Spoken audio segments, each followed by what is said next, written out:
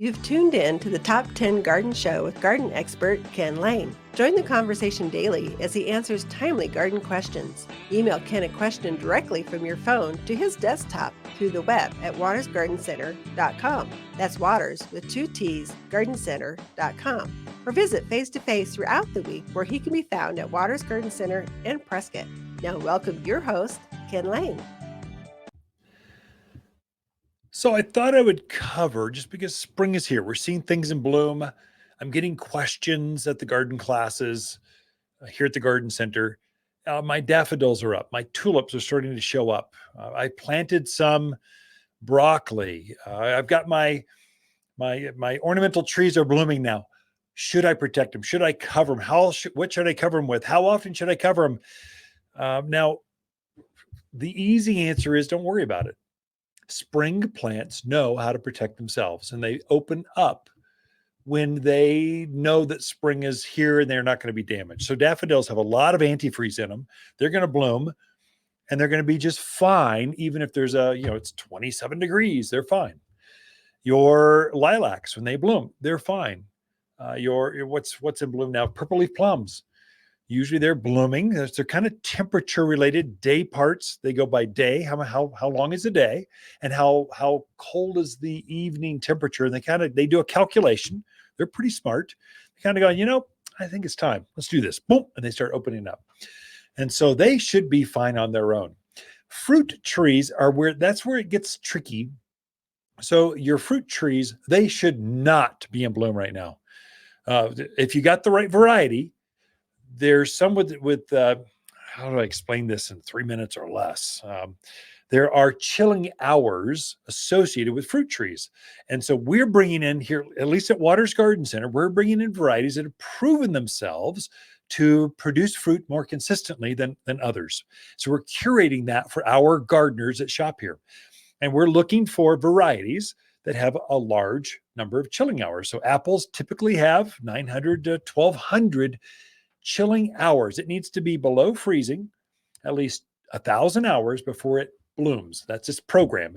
It goes by its counting. It's got a ticker. It goes, okay, let's see. Tonight I was freezing at least 5 hours. Okay, there we go. Check the box.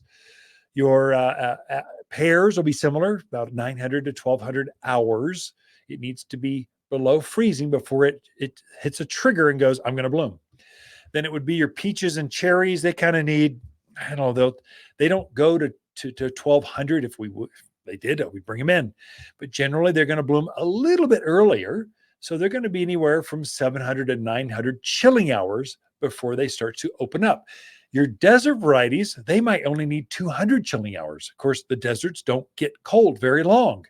And so they want them to bloom real early, so that they can get them produced. They can produce fruit and harvest before the heat of summer. Totally opposite from what we do up here in the mountains. Here we want them to bloom as late as possible so we get out of that risk of frost. And if they are in bloom, if we're getting a frost, then you need to cover them or protect them. That's for fruit trees.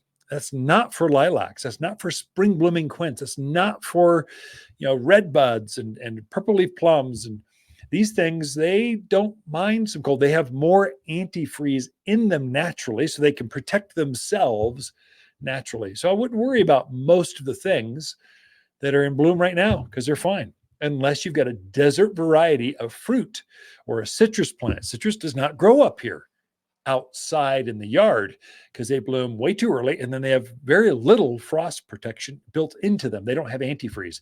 They'll go down to about mid-20s and then they just get vaporized. No, of your desert blooming, your desert cacti, they've got zero antifreeze in them. You look at them cold and they turn to black mush and fall over. So, but the things that are blooming now that I've seen around town, your forsythia in bloom, they love it. They'll bloom actually longer if they're actually getting a touch of frost and cold. They'll keep that flower longer. So I wouldn't worry too much. A lot of folks that are maybe new to the area, they're from the desert areas or Southern California, more tropical Hawaii areas, they're all worried because it's below 50 degrees. What should I do for my plants? Nothing. Leave them alone. They're fine. They're used to this. If you planted the right plant, you'll be fine. Same with your flowering heath or heathers. These are perennials, evergreen perennials. They've been in bloom. They're perfectly fine. They're happy when it's cold out. Rhododendrons, azaleas, they're great. They love that. It's fine. Leave them alone. The buds are not going to be damaged. Typically, if the buds are still tight, they're still protected, they've got this outer skin over or shell over the flower, they're not at risk of being damaged. Rarely.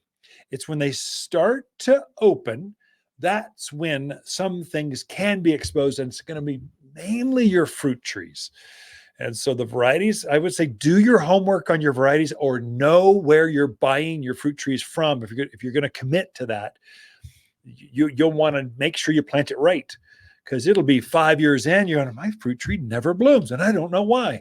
Because it bloomed too early, got exposed to frost. It's a desert variety. It's the wrong variety.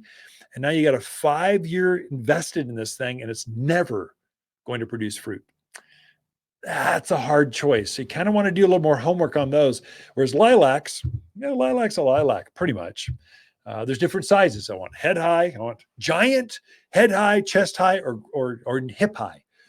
Pick the size you want, and then pick the color you want.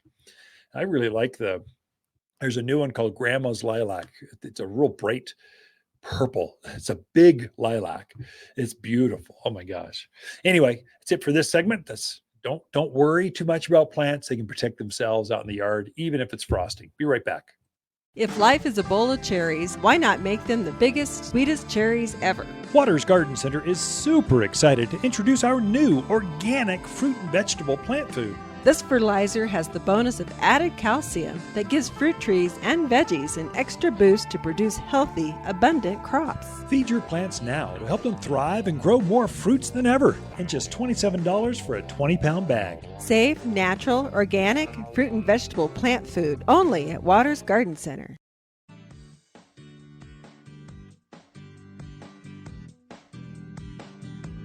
The Top 10 Gardener, your source for timely garden advice, seasonally correct for the garden, guaranteed to make a difference in your yard this season.